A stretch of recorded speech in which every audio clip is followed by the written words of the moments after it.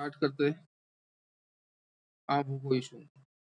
चलो हम आज देख चुके थे कोऑर्डिनेशन नंबर के बारे में। मैं थोड़ा सा क्लैरिफिकेशन दे चुका था कि कोऑर्डिनेशन नंबर माने पहला पड़ोसी होता है, यानी कि nearest neighbour. Next nearest neighbour अगर वो बोल रहा होगा तो वो नाम भी नेक्स्ट नियरेस्ट नेबर देगा, उसका कोऑर्डिनेशन नंबर से कोई लिंक नहीं है। आगे हमने 2D पैकिंग के अंदर स्क्वायर पैकिंग के अंदर यूनिट सेल का एक केस कर लिया था। आपको उस केस के अंदर क्या ध्यान रखना है? क्या सर मुझे डेरिवेशन ध्यान रखना है? बिल्कुल नहीं, जीरो निलवटे सन्नाटा।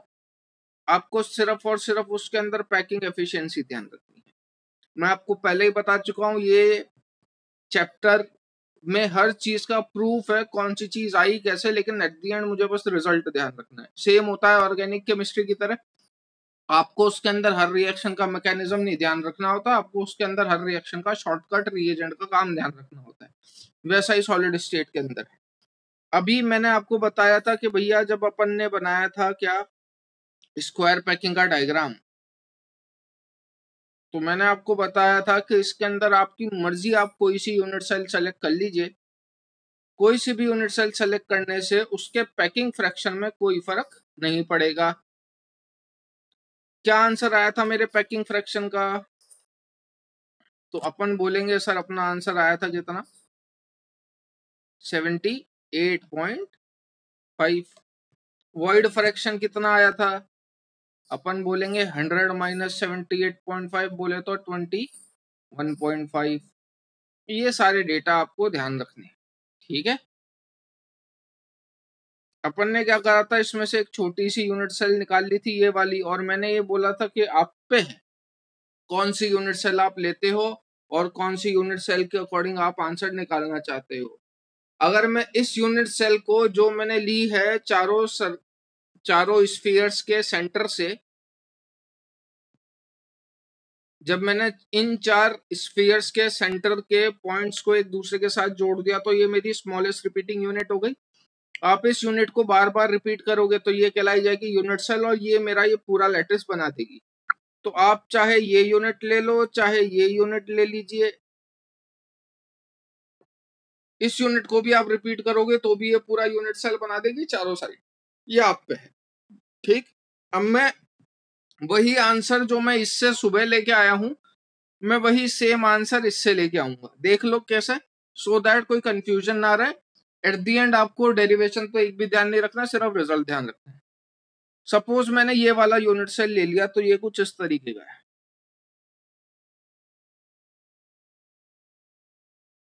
ठीक है।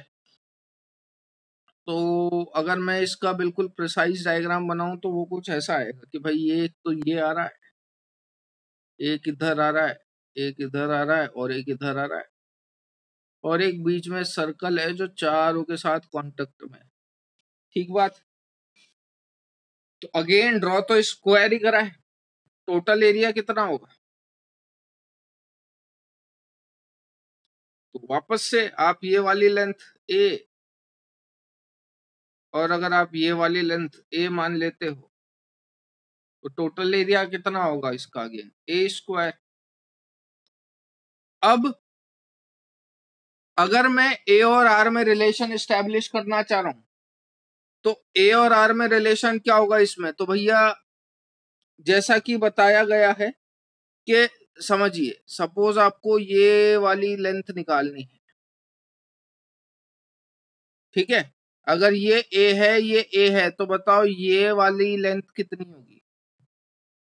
Then we will say it as √2 है। Hypotenuse square equal to perpendicular square plus base square, और ये √2 है, कितने आर के बराबर है? तो भैया यहां से लेके यहां तक की डिस्टेंस बोलो कितनी? तो इनडायरेक्टली पूछूं तो मैं यहां से लेके यहां तक की डिस्टेंस पूछ रहा हूं, कितनी है? तो ये तो क्या है, रेडियस है। ये भी क्या है, रेडियस है।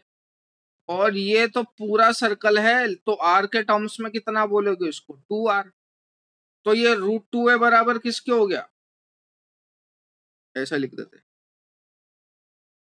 r plus 2r plus r के। ये समझ में आती है क्या बात?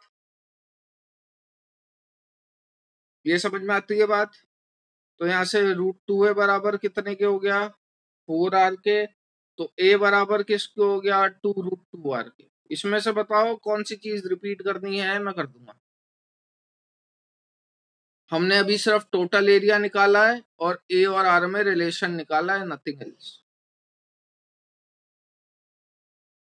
अब इस टोटल एरिया में से एरिया ऑक्यूपाइड बाय मार्बल्स कितना, तो टोटल एरिया में से मार्बल ने कितना ऑक्यूपाई कर रखा है भैया, तो मार्बल कहाँ कहाँ प्रेजेंट है, ये रही, ये रही, ये रही, ग्रीन से जो अभी मैं हाईलाइट कर रहा हूं ये रही,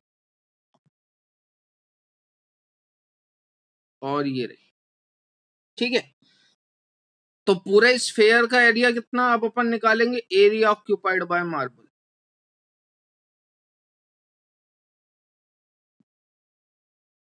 तो मार्बल में क्या क्या है, एक तो पूरा स्फेयर है तो उसका एरिया आ जाएगा πr², प्लस ये कितना पार्ट आ रहा है स्फेयर का, ये कितना पार्ट है बताओ, ये एंगल कितना 90, अगेन 360/90 करोगे तो कितना आता है 4। तो स्फेयर का कितना पार्ट है, ये अगेन बहुत बढ़िया 1/4। क्लियर है? ऐसे कितने स्फेयर हैं, 4, तो इसको फिर लिखूंगा 4 × πr²/4। 4 से ये 4 हो गया कैंसिल, ये आया कितना 2πr²। इतनी बात समझ में आती है क्या? तो इतने टोटल एरिया में से मार्बल ने इतना एरिया ऑक्यूपाई कर रखा है, इतने टोटल एरिया में से मार्बल ने इतना एरिया ऑक्यूपाई कर रखा है। बची कुची जो आपको स्पेस दिख रही है वो मैं थोड़ा येलोइश पार्ट से शेडेड कर देता हूँ, ये वाली, इसे क्या बोलते हो भाई साहब, वॉइड बोलते हो। तो अपने को यही पता लगाना है भैया कि कितना वॉइड का परसेंटेज है या फ्रैक्शन है, या फिर कितना एरिया मार्बल का ऑक्यूपाई हो रहा है या उसका फ्रैक्शन है। तो अगेन पैकिंग फ्रैक्शन का फॉर्मूला हमने देखा था, क्या होता है, area occupied by marble upon total area. So what is the area occupied by marble, 2πr²। Total area is a²। अब एक ही जगह में ये वैल्यू अगर पुट कर दूं तो 2πr² अपॉन 2√2 का स्क्वायर कितना होता है भाई साहब, जल्दी से करके बताओ, 2√2 का स्क्वायर कितना हुआ, 4 × 8 है, 8r², यही हुआ। अब r² से r² कैंसिल, 2 से ये 4 टाइम्स कैंसिल, π/4। π/4 को अगेन वही सेम आप सॉल्व करोगे आएगा 0.785। तो कहने का मतलब चाहे ये वाली यूनिट सेल ले लो चाहे ये वाली यूनिट सेल ले लो, मार्बल कितना एरिया ऑक्यूपाई कर रहा है पूरे स्फीयर में से 0.785। ये हो गया इसका पैकिंग फ्रैक्शन। अगर परसेंटेज बोलता तो कितना बोलते हैं, 78.5। वॉइड फ्रैक्शन कितना बोलेंगे, 1 में से माइनस कर देना। फटाफट नोट डाउन कर लो, आगे बढ़ते हैं। जिसको जो समझना हो पूछ सकता है आराम से, कोई भी चीज क्यों निकाली, क्या करा, क्यों करा, पूछ लीजिए, कोई इशू नहीं। आगे तो पैकिंग फ्रैक्शन की बोले तो कितना बोलेंगे अपन, ध्यान रखना डिफरेंस समझ में आना चाहिए, वो कंफ्यूज कर देगा ऑप्शंस में भी। पैकिंग फ्रैक्शन बोले तो कितना है 0.785। खाली जगह को बोलते हैं वॉइड। वॉइड फ्रैक्शन बोले तो कितना है, तो मोल फ्रैक्शन से याद करो, मोल फ्रैक्शन की मैक्सिमम वैल्यू 1 होती थी, 1 में से माइनस कर देते थे एक तो दूसरा आ जाता था, सेम 1 में से माइनस कर दूंगा 0.785 तो आएगा 0.215। तो ये हो गया मेरा वॉइड फ्रैक्शन। मार्बल ने इतना स्पेस घेर रखा है, ठीक है, तो मैं बता देता हूँ, कोई दिक्कत। मार्बल ने इतना स्पेस घेर रखा है, अभी एक एग्जांपल करवाने की कोशिश कर रहा हूँ, उससे समझ जाइएगा। वॉइड ने इतना वॉइड ने इतना खाली जगह बच रही है, तो आपने टोटल में से गिरी हुई जगह माइनस कर दी तो खाली जगह ही आनी। कोई आपसे बोले पैकिंग परसेंटेज कितना, तो अपन बोलेंगे 78.5, और कोई आपसे बोले वॉइड परसेंटेज कितना तो अपन बोलेंगे 21.5। ठीक है, तो पैकिंग फ्रैक्शन और पैकिंग परसेंटेज में डिफरेंस ध्यान में रखिएगा। अब समझ लो भैया, जिसको समझ में नहीं आया, एक और अपन 2D पैकिंग का एक और केस देखेंगे। एक हम देख चुके हैं स्क्वायर पैकिंग। स्क्वायर पैकिंग में हमने अपन को बस डेटा याद रखना है, क्या 78.5 एंड 21.5 या 0.785 एंड 0.215। दूसरे की बात करेंगे हम हेक्सागोनल पैकिंग की।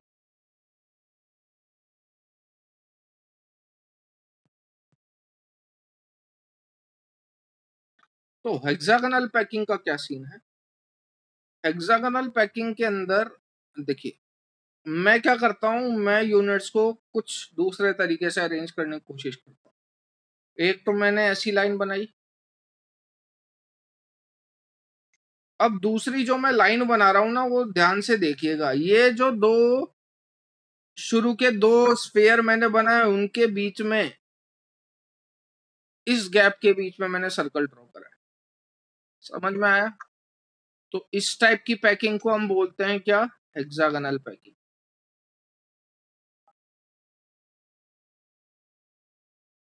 क्लियर है?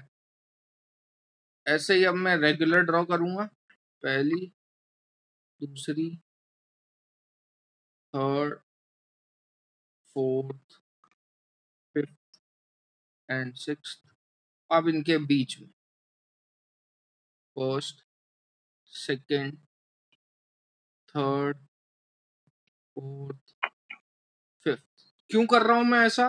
क्योंकि मेरा इंटेंशन क्या है, मेरा इंटेंशन ये पता लगाना है कि मैं मार्बल को किस तरीके से अरेंज करूं कि वो लैटिस का मैक्सिमम स्पेस ऑक्यूपाई कर ले, यानी कि जगह मेरी कम से कम होनी चाहिए।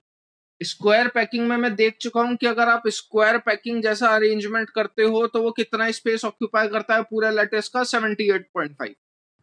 सेम हेक्सागोनल पैकिंग में मैं निकालने की कोशिश करूंगा कि हेक्सागोनल पैकिंग के अंदर वो कितना स्पेस ऑक्यूपाई कर रहा है। तो हेक्सागोनल पैकिंग के अंदर भी अगेन काफी सारे बना सकते हो, लेकिन मैं बात करूं, एक तो रोम्बस हो सकता है, इसके सेंटर से, इसके सेंटर से, इसके सेंटर से, इसके सेंटर तक, चाहे तो ये ले लो। ठीक है, चाहे आप हेक्सागन बना सकते हो, यहां से लेके वही सेंटर टू सेंटर डिस्टेंस है सारी, इसके सेंटर से लेके, इसके सेंटर से लेके, इसके सेंटर से लेके, यहां से लेके यहां तक।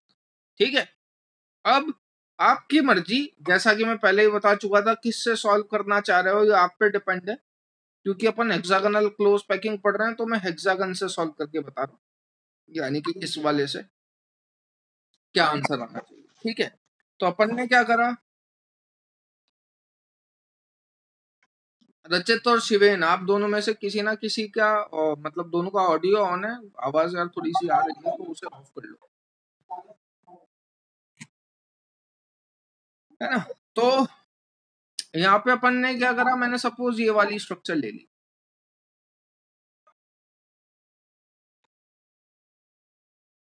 ये मैंने एक हेक्सागन ले लिया। अब आपको इसके अंदर क्या दिखेगा?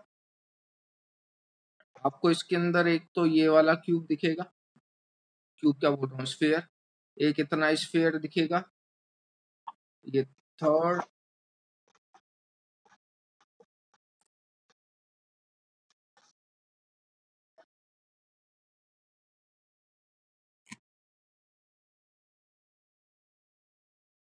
ये फोर्थ, और ये फिफ्थ एंड द सिक्स्थ। एक दो तीन चार पांच छह हो गए, है ना। तो आपको ये वाला पैटर्न दिख रहा होगा, ये देखिए, ये रहा, दिखा सबको, हाईलाइट कर रहा हूँ मैं। ठीक है, और ये भी ऐसे ओवरलैप होना चाहिए। अब क्या हो गया,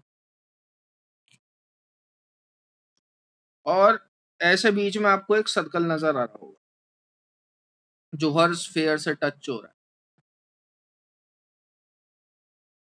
इसमें कोई इशू, ये होपफुली पार्ट सबको नजर आ रहा है ना।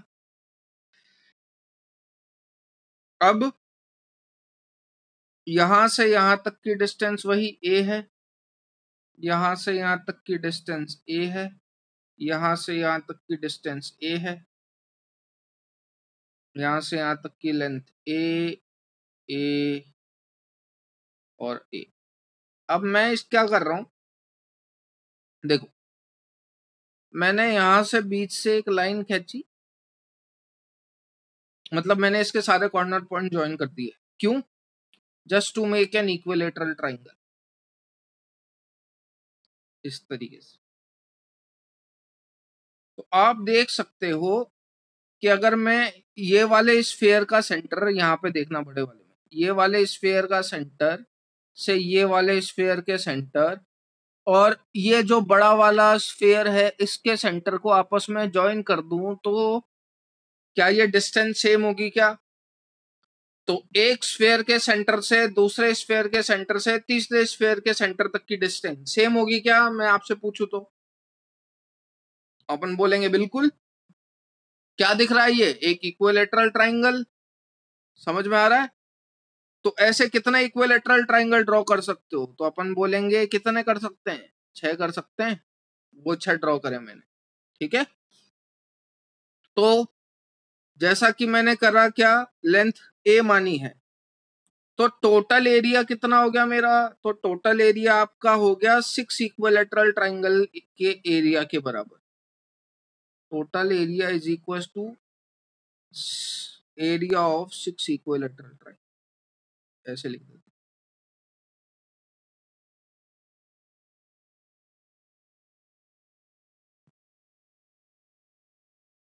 What is the area of equilateral triangle? एक इक्विलेटरल ट्राइंगल का एरिया कितना होता है?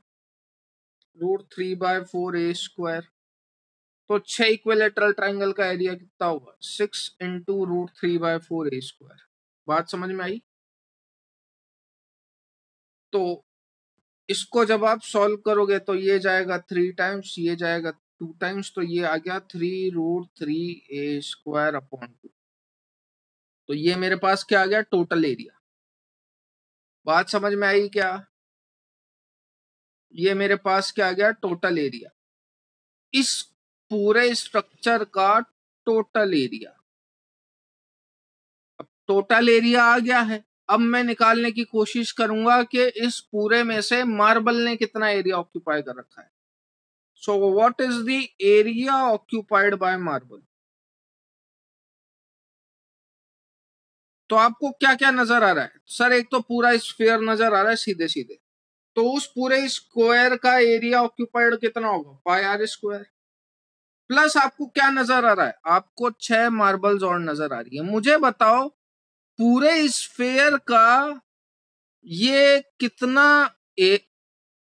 फ्रैक्शन है, मतलब पूरे स्फीयर में ये वाली जो मार्बल है वो कितना पार्ट है?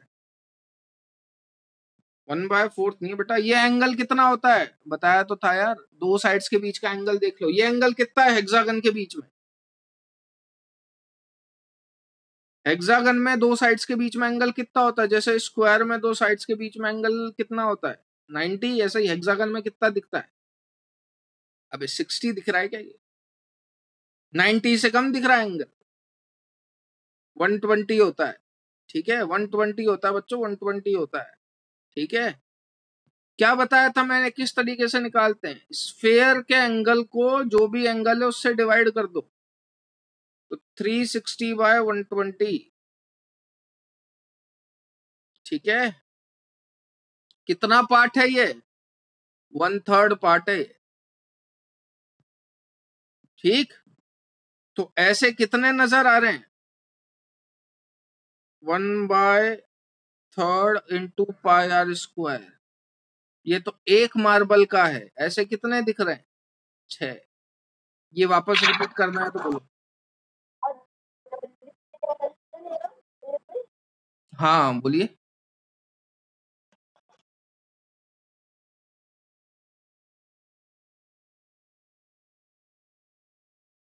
शिवेन कुछ कह रहे थे बेटा।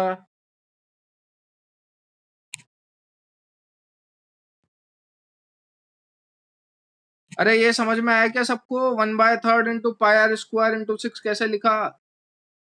ये पूरे स्फीयर का कितना पार्ट है? 1/3 पार्ट है। कैसे बता पा रहा हूँ 1/3? 360 डिवाइड बाय एंगल कर दो। चलो, तो इसको जब अपन सॉल्व करेंगे तो ये कितना आ रहा है, ये आया 2 पाई r² प्लस πr², यानी कि 3 पाई r²। This is the area occupied by the marble, 3 pi r²। हाँ ठीक है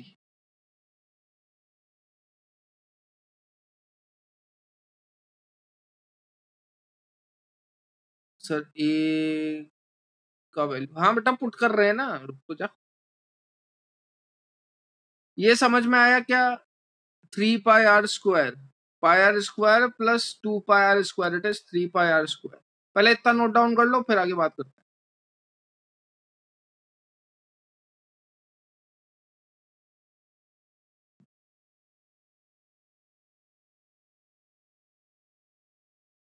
चलो, हो गया होगा। तो अब बात आ जाती है पैकिंग फ्रैक्शन की। तो पैकिंग फ्रैक्शन क्या होगा, area occupied by the marbles, कितना एरिया ऑक्यूपाइड कर रहे थे मार्बल्स, 3 पाई r², अपॉन टोटल एरिया कितना था, 3/√3 a² बाय 2। 2 को ऊपर मल्टीप्लाई कर दीजिए, 3 पाई r² इंटू 2 अपॉन 3√3 a²। अब बात आ जाती है ए और आर में रिलेशन पता होना चाहिए, तो वो भी कोई इतनी बड़ी बात नहीं है। ये डायग्राम बनाया था आपने,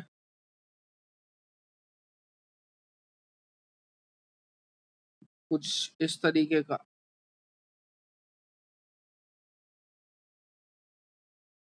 ये वाली लेंथ कितनी मानी थी भैया, आर, बता पाओगे, और आर में रिलेशन यहां से लेके यहां तक की आर के टर्म्स में डिस्टेंस कितनी है, तो ये डिस्टेंस कितनी दिख रही है,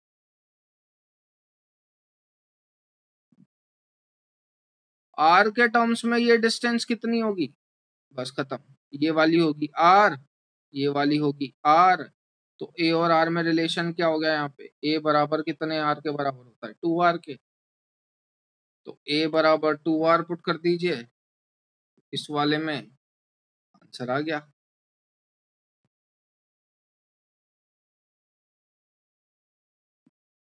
So it is 3 pi r² into 2 upon 3√3 into 2r², यानी कि 3 पाई r² into 2 upon 3√3 into 4r²।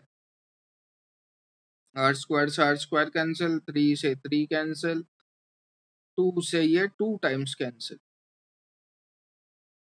कुल मिला के ये कितना आ रहा है, π/2√3।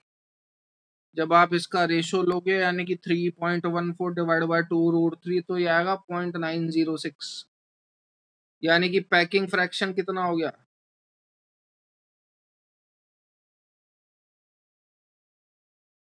0.906। तो वॉइड फ्रैक्शन कितना हो गया, 1 में से माइनस कर लेना जितना भी आ रहा है। सिमिलरली पैकिंग परसेंटेज कितना हो गया, 90.6। तो कहने का मतलब, अगर मैं आपसे बोलूं किस टाइप के अरेंजमेंट में आप मार्बल अरेंज करोगे तो वो मैक्सिमम स्पेस ऑक्यूपाई करेगा, तो अपन बोलेंगे हेक्सागनल। हेक्सागनल टाइप में अगर आप मार्बल्स को अरेंज करते हो तो वो ज्यादा स्पेस ऑक्यूपाई करता है, यानी कि उसमें खाली स्पेस कम रहती है। कितनी स्पेस ऑक्यूपाई करता है, 90.6% एरिया वो घेर लेता है, यानी कि सिर्फ 0.1 कुछ एरिया छोड़ देता है। ठीक है, ध्यान रखिएगा इसको। यहाँ खत्म हो जाती है 2D पैकिंग। सिर्फ डेटा याद रखना है, packing fraction, void fraction, packing percentage, void percentage, और कुछ नहीं। डेरिवेशन कोई नहीं पूछने वाला। हो गया हो नोट डाउन, तो आगे बढ़े।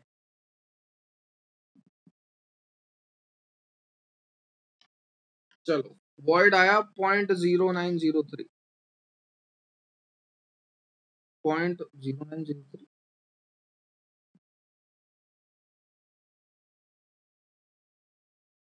0.093, ठीक है। तो ये आया वॉइड फ्रैक्शन भैया, 0.093।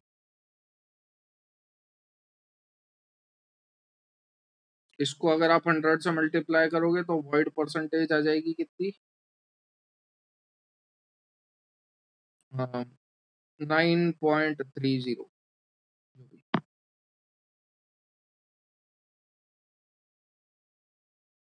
यस, बिल्कुल। तुम्हारे स्कूल की गारंटी नहीं दे सकता, वो पूछ ले, कंपटीशन वाला कभी नहीं पूछता, वो सिर्फ डेटा पूछेगा डायरेक्ट। अब एक JEE एडवांस में सवाल आ चुका है, सवाल अच्छे लेवल का था, सोचने समझने की ट्राई करना, गणित वालों के लिए सवाल है। मेडिकल में ऐसे सवाल आने के चांसेस थोड़े से कम होते हैं, मेंस में भी ऐसा नहीं आएगा, बट एडवांस का क्वेश्चन था इसलिए करवा रहा हूं। चलिए क्वेश्चन लिख लो मेरे साथ, सॉल्व मैं ही करूंगा, आप लोग नहीं। Marbles of 10 mm diameter is provided.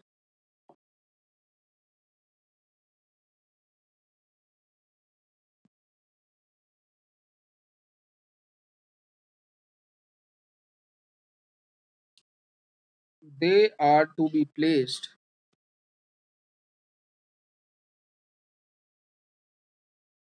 such that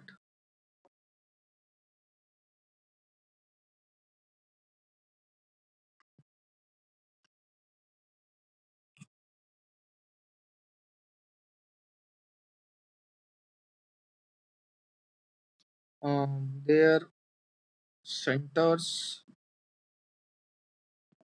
are lying in a square bounded by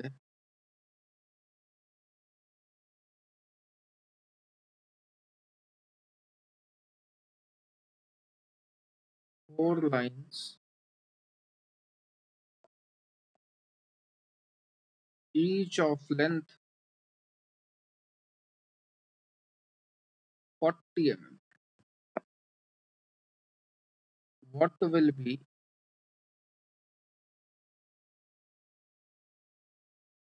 the maximum number of marbles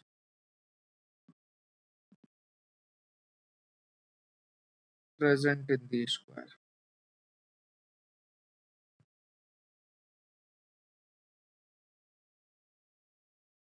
सवाल लिख लो, फिर समझा देता हूँ, फिर आगे बढ़ेंगे। क्या कहना चाह रहा है, सवाल को गौर से देखिएगा।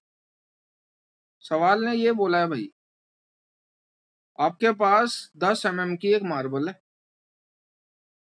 मतलब या जो भी मार्बल्स हैं उन सबका जो डायमीटर है वो 10 mm है, ठीक है। अब आपको क्या करना है, आपके पास एक बॉक्स है, ठीक है, और उस बॉक्स का, आपके पास एक बॉक्स है और उस बॉक्स का हर साइड जो है वो कितना है, या हर लेंथ जो है वो कितना है, 40 mm। यानी कि यहां से भी वो 40 mm है, यहां से भी वो 40 mm है, हर जगह से वो 40 mm, ठीक है। आपको क्या करना है, आपको इन मार्बल्स को इस 40 mm के लेंथ के बॉक्स के अंदर अरेंज करना है। बिल्कुल सही है ना। आपको ये मार्बल को इस 40 mm के बॉक्स के अंदर अरेंज करना है, कुछ इस तरीके से कि आप उसके अंदर maximum number of marbles arrange कर पाओ, कुछ इस तरीके से कि आप उसके अंदर maximum number of marbles arrange कर पाओ। तो पहली बात तो मैं आपसे पूछ लूं, तो वापस से सवाल रिपीट कर देते हैं कि 10 mm डायमीटर के आपके पास एक मार्बल है, 40 बाय 40 का आपके पास एक बॉक्स है। आपको क्या करना है, उस 40 बाय 40 के बॉक्स में आपको इन मार्बल्स को अरेंज करना है और ये बताना है कि कितने मैक्सिमम नंबर ऑफ मार्बल आप इस बॉक्स के अंदर डाल सकते हो, 40 बाय 40 के बॉक्स के अंदर। तो मैक्सिमम नंबर ऑफ मार्बल बोला है, पहला सवाल मेरा ये। अरे यार ये फिर प्रॉब्लम क्या है कि आप ये मार्बल्स को इस 40 बाय 40 के बॉक्स में कौन से पैटर्न में अरेंज करोगे, हेक्सागोनल में या स्क्वायर में? कौन से केस में आप इसके अंदर maximum number of marbles put कर पाओगे?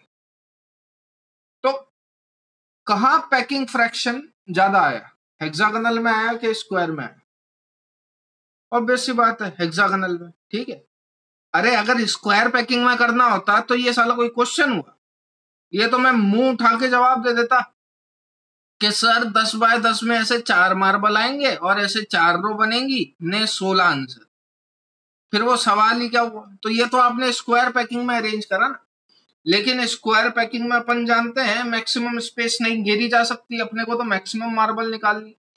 तो मैक्सिमम मार्बल निकालनी है मतलब आपको जो अरेंजमेंट करना पड़ेगा भैया वो कौन सा करना पड़ेगा? हेक्सागोनल अरेंजमेंट करना पड़ेगा। हेक्सागोनल अरेंजमेंट कैसा होगा तो वो अभी कर दिया जाता है। देखो सपोज ये रहा पहला, मुझे नहीं पता कि मैं कितनी मार्बल ले आऊंगा, ये तो मेरे को कैलकुलेट करना पड़ेगा ना। तीसरा, चौथा। अब हेक्सागोनल पैटर्न में आपको अरेंज करना है। एक तो ये रही, एक ये रही, एक ये रही, एक ये सर्कल के बाहर जाएगी सेंटर से पास होती हुई। अगर आपको लाइन ध्यान हो तो देखो, marbles of 10 mm diameter is provided, उसके बाद उसने यही बोल रखा है they are to be placed such that their centres are lying in a square bounded by 4 lines. यानी कि इसका जो सेंटर है ये इस स्क्वायर के लाइन के थ्रू जा रहा है। सिमिलरली एक और सर्कल जो होगा वो यहाँ पे होगा, अगर मैं इसको इस तरीके से ड्रॉ कर दूं। ये बात समझ में आई क्या? अब मुझे बताओ, क्या तुम ऐसे काउंट करके बता सकते हो क्या कितनी लाइनें बनेगी? भाई 10-10 के में तो मैं बता देता कि 4 लाइनें बनती। अगर आप स्क्वायर अरेंजमेंट कर रहे होते तो स्क्वायर अरेंजमेंट में तो आप मुंह उठा के बता देते कि सर 4 लाइनें बना दो, 10-10 mm के मार्बल है। क्या इसमें बता पाओगे क्या कि कितनी लाइनें बनाऊं? तो अपन बोलेंगे नहीं।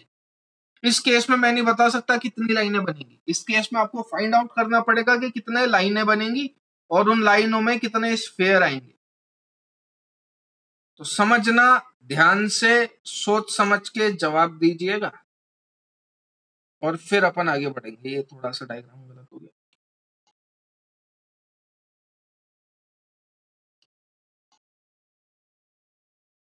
पहला सर्कल,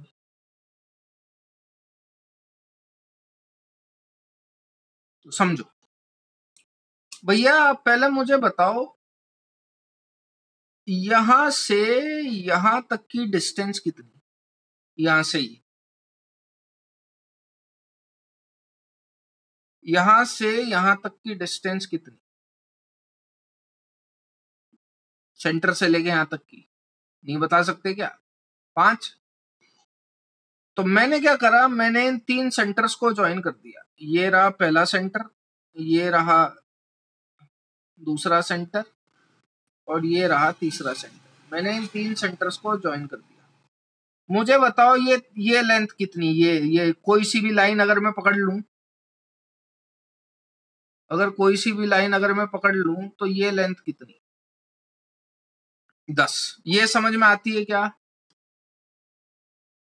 ये समझ में आती है क्या? मेरे को नहीं पता ऐसी कितनी लाइनें ड्रॉ करनी है, तो लेट अस से, भाई रुको यार, ये जो लेंथ है ये 40/40 की है।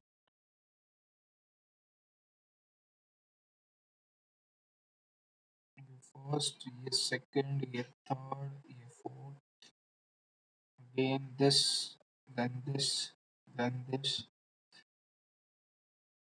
अब अगर क्या होता, अगर मैं स्क्वायर पैकिंग के हिसाब से अरेंज कर रहा होता तो मेरा आंसर 2 मिनट में निकल जाता कि 16 है, क्योंकि ऐसी 4 लाइन बनती। लेकिन क्योंकि यहाँ पे हम हेक्सागोनल पैकिंग के अंदर लाइंस को अरेंज कर रहे हैं तो मुझे नहीं पता कि ऐसी कितनी लाइंस बनेंगी। तो पहले तो मैं क्या कोशिश करूंगा, मैं वो लाइंस निकालने की कोशिश करूंगा कि ऐसे कितनी बार मैं लाइंस ड्रॉ करूं।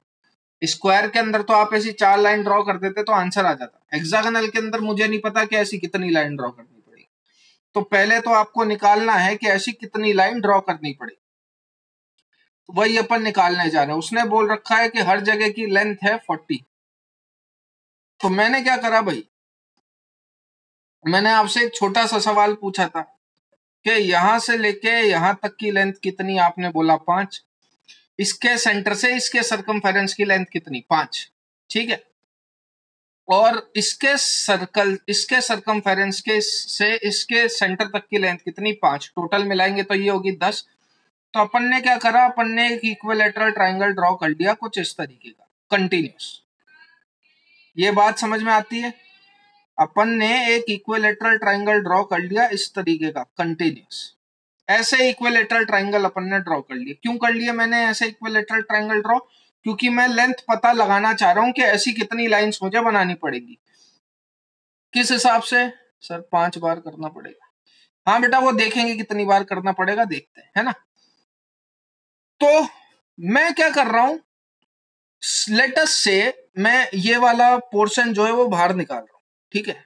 ये वाला, ये क्या आपको दिख रहा है? तो ये वाला पोर्शन मैंने बाहर निकाल दिया और यहां से लेके यहां तक की लेंथ मैंने x मान ली। ये बात समझ में आई? ये एंगल कितना होगा इक्विलेटरल ट्राइंगल के अंदर? ये एंगल कितना होता है? 60। और ये लेंथ कितनी है? 10। ये डायग्राम जिसको इमेजिन नहीं हुआ पूछ लो यहीं पे। मैंने क्या करा, यहां से लेके यहां तक की लेंथ x मान ली। मुझे नहीं पता ना कितनी है, लेकिन ये लेंथ मुझे पता है कितनी है, 10 है। ये बात समझ में आई? और इन दोनों लेंथ के बीच का एंगल कितना है? 60 डिग्री। तो यहां से आप क्या निकाल लोगे? यहां से आप क्या निकाल लोगे? x की वैल्यू कितनी आएगी? वो 10 sin 60। ये बात समझ में आ रही है क्या? और should I repeat this again? Pandit Badri Prasad हर हर बोले, सोना चांदी तोले, बताया होगा। Perpendicular upon hypotenuse, base upon hypotenuse, perpendicular upon base, sine cos 10, सुना होगा ना बचपन में। ये जानते हो, उसी से निकाला है।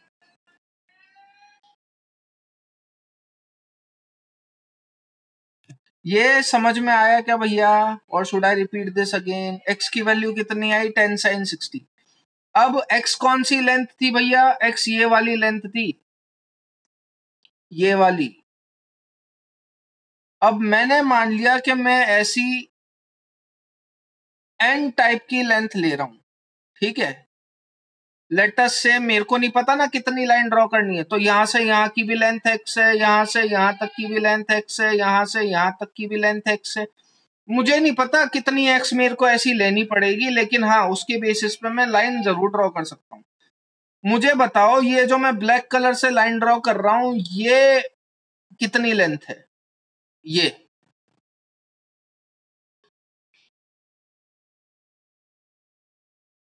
कोई दिक्कत नहीं, पहले मैं मेरा बता दूंगा फिर सुन लेना।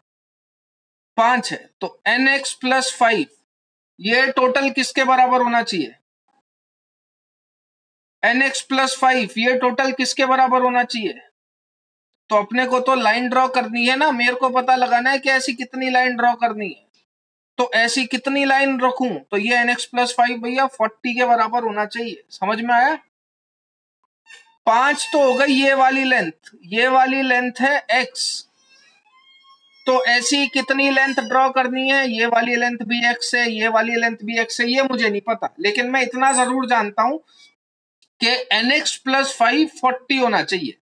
अपन बस इतना जानते, इससे ज्यादा कुछ नहीं। यहां से x की वैल्यू जब अपन ने निकाली तो वो कितनी आई? 10 sin 60। इतना पोर्शन लेके जब मैंने x की वैल्यू निकाली तो वो आई 10 sin 60। 10 sin 60 बोले तो कितना? 10 इंटू रूट 3/2, यानी कि 5√3। ये मेरी x की वैल्यू आई। तो इसको पुट कर दो यहाँ पे, n इंटू 5√3 प्लस 5 बराबर 40। 5 अगर मैं कॉमन निकाल लू तो n इंटू √3 प्लस 1 बराबर 8। तो n√3 बराबर 7, n बराबर 7/√3। जब आप इसको सॉल्व करोगे तो ये आएगा 4.03 अप्रोक्सीमेटली इक्वल टू 4। कहने का मतलब आपको ऐसी कितने x ड्रॉ करने पड़ेंगे? 4। ये हो गया पहला, ये हो गया दूसरा, ये हो गया तीसरा। अब एक और अगर आप ऐसा एक्स ड्रॉ करोगे, दैट इज चौथा। ये बात समझ में आया क्या? आप ऐसा एक और एक्स ड्रॉ करोगे फोर्थ, तो वो मैं ड्रॉ कर दे रहा हूं। ये रहा वो चौथा एक्स, पहला, दूसरा, तीसरा, चौथा। अरे ये बात क्लियर है यहां तक? और ये मैंने कर दिया सर्कल बंद। अब गिन लो टोटल कितने हैं। तो जिसपे राइट मार रहा हूं वो कौन से वाले हैं? वो कंप्लीट सर्कल वाले हैं। 1 2 3 4 5 6 7 8 9 10 11 12 13 14। 14 तो भैया कंप्लीट सर्कल वाले हैं। अब बात आ जाती है हाफ वाले कितने हैं। तो ये एक स्टार लगा रहा हूं हाफ वालों पे। 1 2 3 4 5 6 7 8।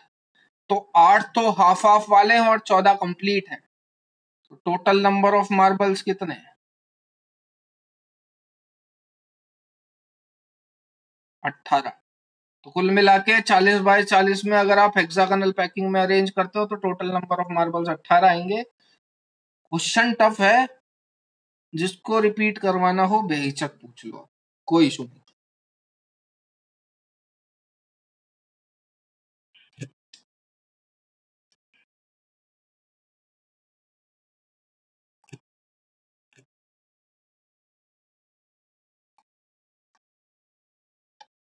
Now we'll move on to 3D packing.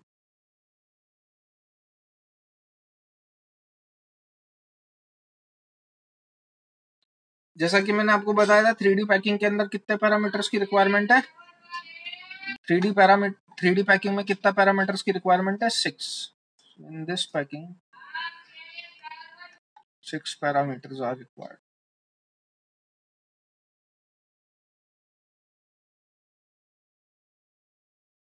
कौन कौन सी? 3 साइड्स और 3 एंगल। हाँ बेटा आया मेरे पास। ठीक है, एक तो ये वाली लेंथ ए, ये वाली लेंथ बी, ये वाली length C, and the angle between each of them alpha beta and gamma.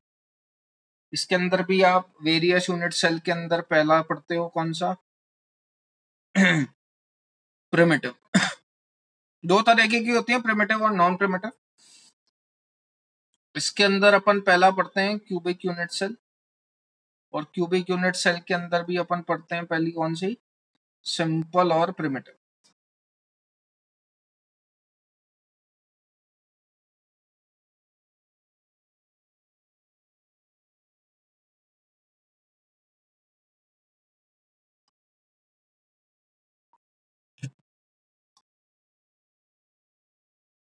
चलिए, उसके अंदर क्या होता है समझना।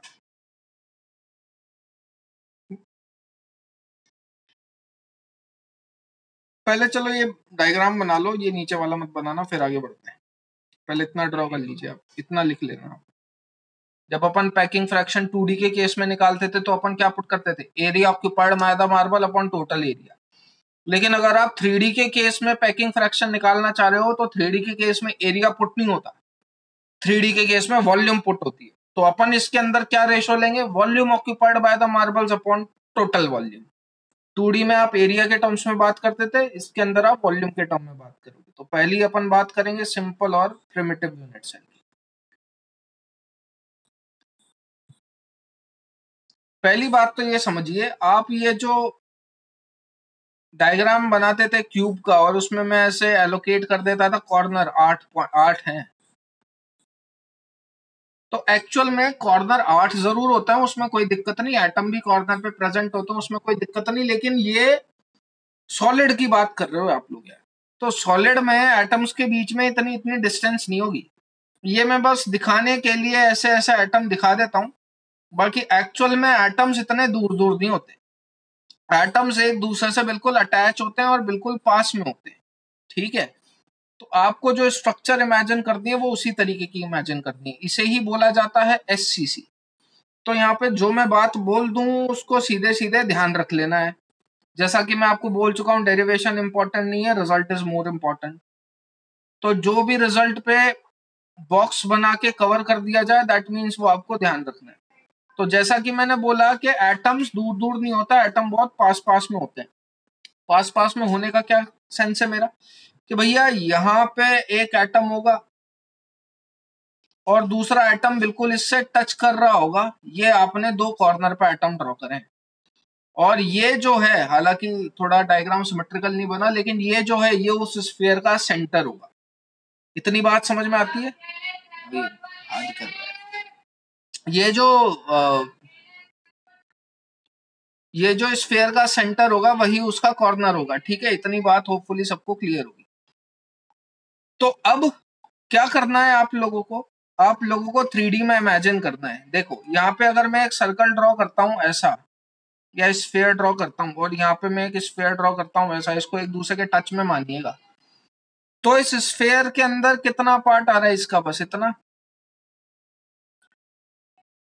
इस स्फीयर का इस क्यूब के अंदर कितना पार्ट आ रहा है, बस इतना। इस स्फीयर का इस क्यूब के अंदर कितना पार्ट आ रहा है, इतना। ये बात घुसती है भेजे में? तो अगर आप लोग एससीसी का स्ट्रक्चर ड्रॉ करोगे, सिंपल और प्रिमिटिव, तो वो किस तरीके का स्ट्रक्चर होगा?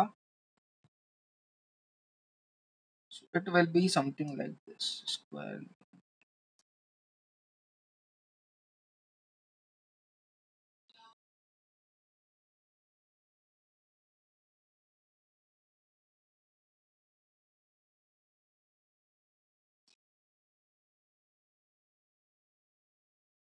देखिएगा ध्यान से, यहाँ पे जब मैंने एक एटम ड्रॉ करा, और यहाँ पे जब मैंने एक एटम ड्रॉ करा,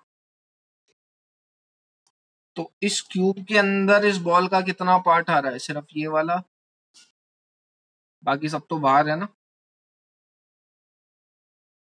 इस वाले पोर्शन के अंदर इस बॉल का कितना पार्ट आ रहा है, सिर्फ ये वाला, रेस्ट बाहर है।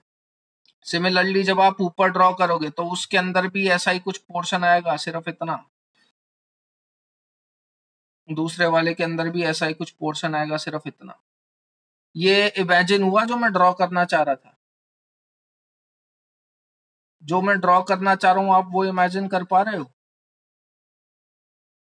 है ना? अगर नहीं तो एक और बार देख लो।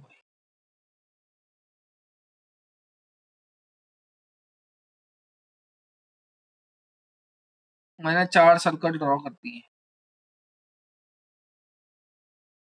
पहला ये रहा, दूसरा ये रहा, तीसरा ये रहा,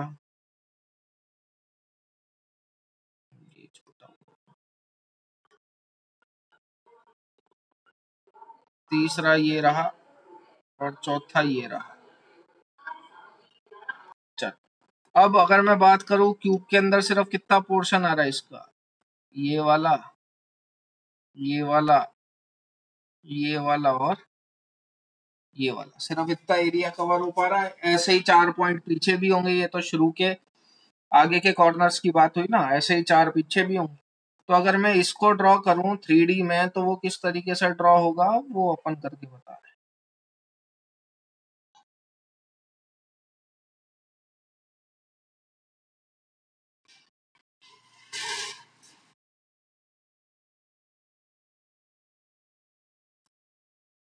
तो ये देखो, इसके सेंटर से इसके सेंटर पे एक लाइन जा रही होगी, इसके सेंटर से इसके सेंटर पे एक स्फीयर जा रहा होगा ऐसा, और एक ऐसा। ये तो फ्रंटल व्यू है। सेम ऊपर भी ऐसा हो रहा होगा, यहाँ से, यहाँ से, यहाँ से, यहाँ पे। सिमिलरली यहाँ पे भी हो रहा होगा, ये रहा, ये रहा, ये रहा, और ये रहा। ये बात गई भेजे में। तो पहले इसकी बात करते हैं। यहाँ से यहाँ तक की डिस्टेंस जो है वो मैंने a मान ली, क्यूब की सारी साइड्स बराबर होती हैं, तो ऑब्वियस सी बात है ये भी ए होगी और ये भी ए होगी। तो अब मैं अगर आपसे पूछ लूं what is the relationship between A and R in SCC, what is the relation between A and R in SCC? So let radius of the atom is R.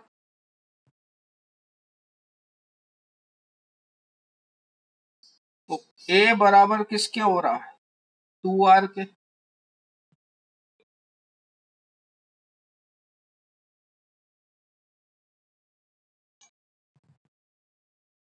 ठीक है, अब मैं अगर आपसे पूछूं एटम्स कहाँ कहाँ प्रेजेंट होते हैं एससीसी के अंदर, तो अपन जानते हैं कॉर्नर पे। याद करो लास्ट लेक्चर मैंने आपको बोला था अगर कॉर्नर पे एटम्स प्रेजेंट है, सिर्फ कॉर्नर पे एटम प्रेजेंट है, और उन सारे एटम्स को अगर आप बाहर निकाल लो तो कितनी बॉल बना पाओगे टोटल? अगर एटम सिर्फ कॉर्नर पे प्रेजेंट है और उन सारे एटम्स को अगर आप खींच खींच के बाहर निकाल लो तो टोटल कितनी बॉल्स बना पाओगे? सिर्फ एक। तो what are the total number of atoms in a unit cell?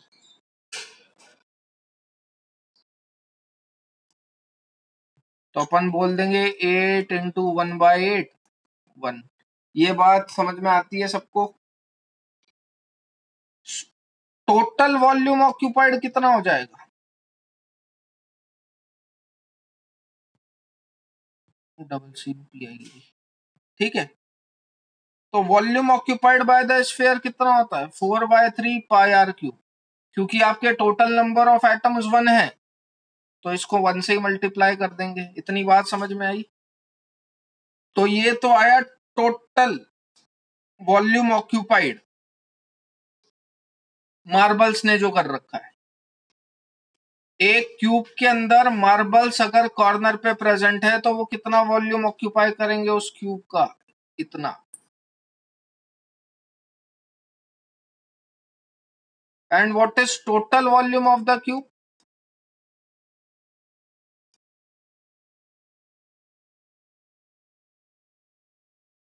वो होता है A cube side cube is the total volume. तो इन्हीं दोनों का रेशियो ले लेना, आंसर है। पहले इतना नोट डाउन कर लो फिर डिस्कस। तो पैकिंग फ्रैक्शन का फॉर्मूला क्या भाई? जैसा कि मैंने बोला एरिया की जगह बस वॉल्यूम लेना है, तो वॉल्यूम ऑक्यूपाइड बाय मार्बल्स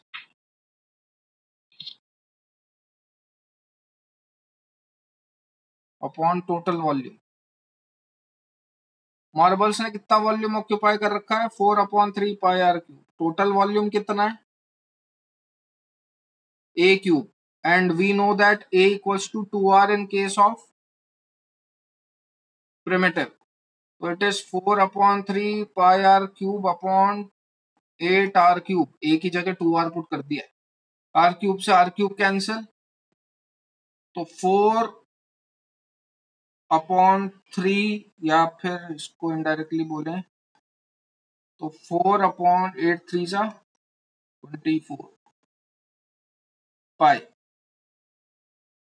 इसको काटाकुटी करूंगा तो इट इज पाई/6। सॉल्व करोगे पाई/6 को तो पैकिंग परसेंटेज कितना आएगा?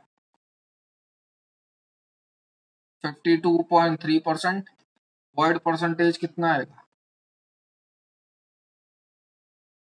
47.7। ध्यान रखना,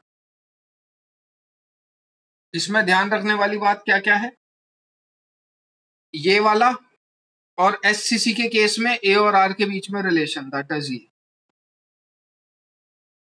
बस नोट डाउन कर लीजिए, जिसको रिपीट करवाना हो बोल। मोल कॉन्सेप्ट थोड़ा बहुत याद है क्या यार? याद है क्या? अपन वेट से एटम, वेट से मोल्स, मोल से एटम, मॉलिक्यूल, मॉलिक्यूल से एटम निकाला करते थे।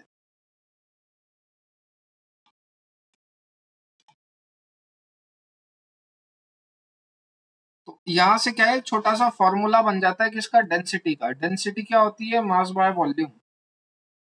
ठीक है, अब जिसने मोल कंसेप्ट पढ़ा है मेरे से उसने ये जानता होगा, अगर याद होगा तो, मास से मोल्स, मोल से एटम, मोल से मॉलिक्यूल और मॉलिक्यूल से एटम निकलते हैं।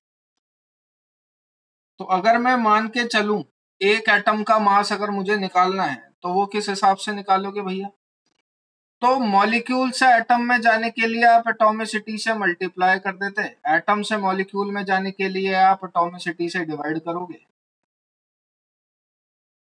मोल से मॉलिक्यूल में जाने के लिए आप Na से मल्टीप्लाई कर देते थे, मॉलिक्यूल से मोल में आने के लिए आप Na से डिवाइड करोगे, मास से मोल्स में जाने के लिए आप मोलर मास से डिवाइड करते थे, मोल से मास में आने के लिए आप मोलर मास से मल्टीप्लाई करोगे। ये कुछ ऐसा हमने एक पैटर्न देखा था। जिसको समझ में ना आए कोई ऐसे लफड़े वाली बात नहीं है, इसी से एक फॉर्मूला निकलता है डेंसिटी का। मैं क्या कर रहा हूं, मैं एटम से मास में आना चाह रहा हूं, तो एटम से मास में आने के लिए एटॉमिसिटी, एटम तो मेरे को पता नहीं है तो मैं एटॉमिसिटी 1 ही मान के चलूंगा, Na से मैं सिंपली डिवाइड कर दूंगा तो मॉलिक्यूल आ जाएंगे। एक एटम लिया है तो मॉलिक्यूल भी एक ही होगा, मॉलिक्यूल एक है तो मोल भी एक ही होगा, और मोल से मास में जाने का तरीका क्या है, मोलर मास से मल्टीप्लाई कर दो। तो भैया अगर मैं 1/Na इंटू एटॉमिक वेट करता हूं, 1/Na क्या हो गए मेरे मोल्स, एटॉमिक वेट से मल्टीप्लाई करने से वो मोल्स काय में कन्वर्ट हो गए, मास में। तो ये ऊपर हो गया मास, नीचे आता है volume, what is the volume of the cube, A cube. ये एक फॉर्मूला बन जाता है किसका, डेंसिटी का, जो मैं एक जनरल लिख दूंगा, उसकी टेंशन लेने की जरूरत नहीं है, लेकिन बस ये बता रहा था मैं फॉर्मूला आया कहां से, थोड़ा लॉजिक के साथ। तो डेंसिटी का जो फॉर्मूला होता है वो होता है Z इंटू ए अपॉन Na इंटू ए क्यूब, ठीक है, ये जनरल फॉर्मूला है। यहाँ पे बाकी सारी चीजें तो नॉर्मल है, एक Z बस चेंज हो सकता है, वो आपको देखना है। ए क्या होता है यहाँ पे, एटॉमिक वेट, ए क्या होती है, कैपिटल ए होता है एटॉमिक वेट, स्मॉल ए होता है edge length, distance between the points, Na होता है एवोगैड्रो नंबर, ये फॉर्मूला लिख लेना, जिसकी वैल्यू फिक्स है 6.023 इंटू 10⁻23। Z आपको बता ही चुका था, effective number per unit cell, D होती है डेंसिटी। Z अगर SCC लेते हो तो SCC के लिए Z की वैल्यू कितनी होती है 1, FCC के लिए Z की वैल्यू कितनी होती है 4, BCC के लिए Z की वैल्यू कितनी होती है 2। ये अपन अभी जस्ट लास्ट लेक्चर में देख चुके हैं, तो ये फॉर्मूला नोट डाउन कर लेना। उसके बाद मैं कोऑर्डिनेशन नंबर पे आगे बढ़ता हूँ, इतना हो जाए तो बता दो, ठीक है। आप देख सकते हो यहाँ पे एक तो कांस्टेंट है एवोगैड्रो नंबर, 4 अननोन है, उन 4 में से आपको कोई 3 गिवन होंगे और चौथा पूछ लिया होगा, डायरेक्ट सवाल आता है, ठीक है।